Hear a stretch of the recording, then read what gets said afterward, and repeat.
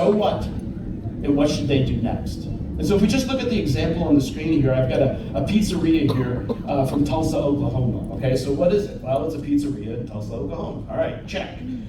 Who is it for? Well, this page is telling us some information, right? We can tell this isn't Chicago deep dish pizza, right? We can tell it's probably more of a fresh ingredient type of pizza, right? So it's not going to be your like greasy spoon or something like that. So it's speaking to the type of person who's looking for this type of pizza. So what, right? Well, that gives us kind of that idea, right? It's for people in Tulsa, it's for people who want this type of pizza. What should they do next? They should start their order and they can choose their Andolini's location, right? So ultimately you can look at your website and give us a quick litmus test of whether or not it's working for you, right? And getting people towards taking that next action. The other thing to think about is when they come to your website, or let's say somebody comes to your store, what happens once they leave? You just wait for them to come back, right? But what if you have contact information so you can influence whether or not they come back again, right? This drives more repeat business for yourself. Business means more money, which means more money to do the things that you need to do for your business, right? And so ultimately here, you want to entice them to provide their contact information. We ask consumers, why do they subscribe to email newsletters or text messages, those types of things? Promotions and discounts, of course, not every business can do that. So exclusive content is also important. So that could mean a checklist or a guide that helps people in relation to what it is that you do and you help the people that you serve with, right? And then sometimes it's just to show support. People love to do business with small businesses. We actually just did a recent report, and funnily enough, this was kind of surprising to us, but both Gen Z and millennials are really leading a bit of a small business revolution right now, the resurgence in small businesses, right? Because they want to, and they're choosing to, spend their dollars with small businesses versus big box stores, right? So interesting there, something you might not necessarily think, but so sometimes people just want to show support for you as well, particularly in your local communities, okay? So this is the reasons why. So that means you need to entice them, and so if we go back to our Andolini's or pizzeria example, they have a pop-up for it that comes up on their site. And they want some free garlic knots, right? So there's a promotion or a discount. They're offering something of value in exchange for that contact information.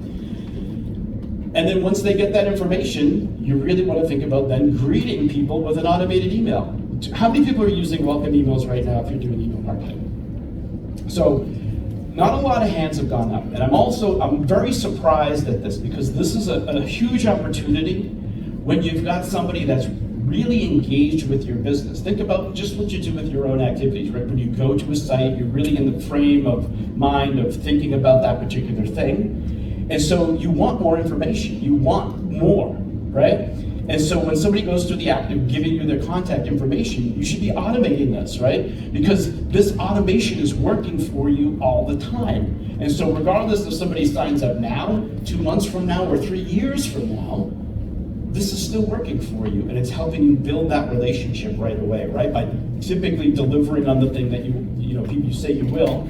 So for example, right, so that sends immediately after someone signs up, you engage with people on their schedule rather than yours, right? And then you can also consider putting together a series of emails that explain how people can do business with you, how you solve the problems they come looking to you for, right? So Andolini's sends out, you did it, you were not kidding, right? The garlic knots, right? And so they send that out, right? And they send that out right away, and then people come into the restaurant, and then they use that, and obviously they spend more money, okay? But this is all automated, okay?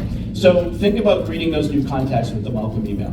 You also want to think about engaging at other key moments. And so this is where you can start to get your feet wet without having to think too advanced about, all right, how do I implement some automation that's actually going to impact my bottom line? Some things to think about are based on dates and of course like shopping cart integrations, right? So birthdays, anniversaries, anybody using something like Shopify, for example, right?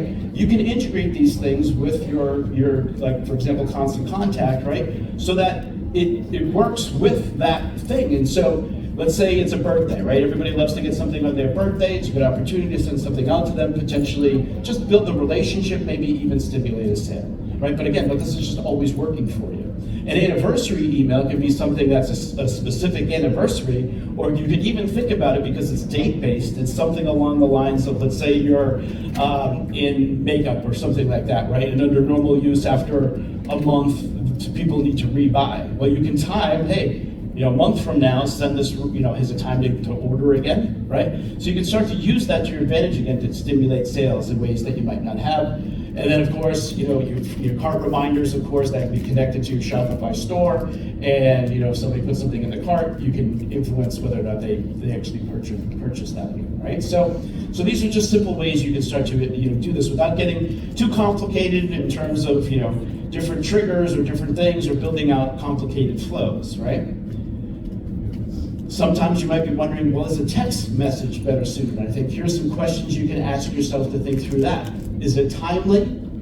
Is it of interest to the person receiving it? Does it feel personal? And is it conversational? Ultimately, we want to lean into the strengths of the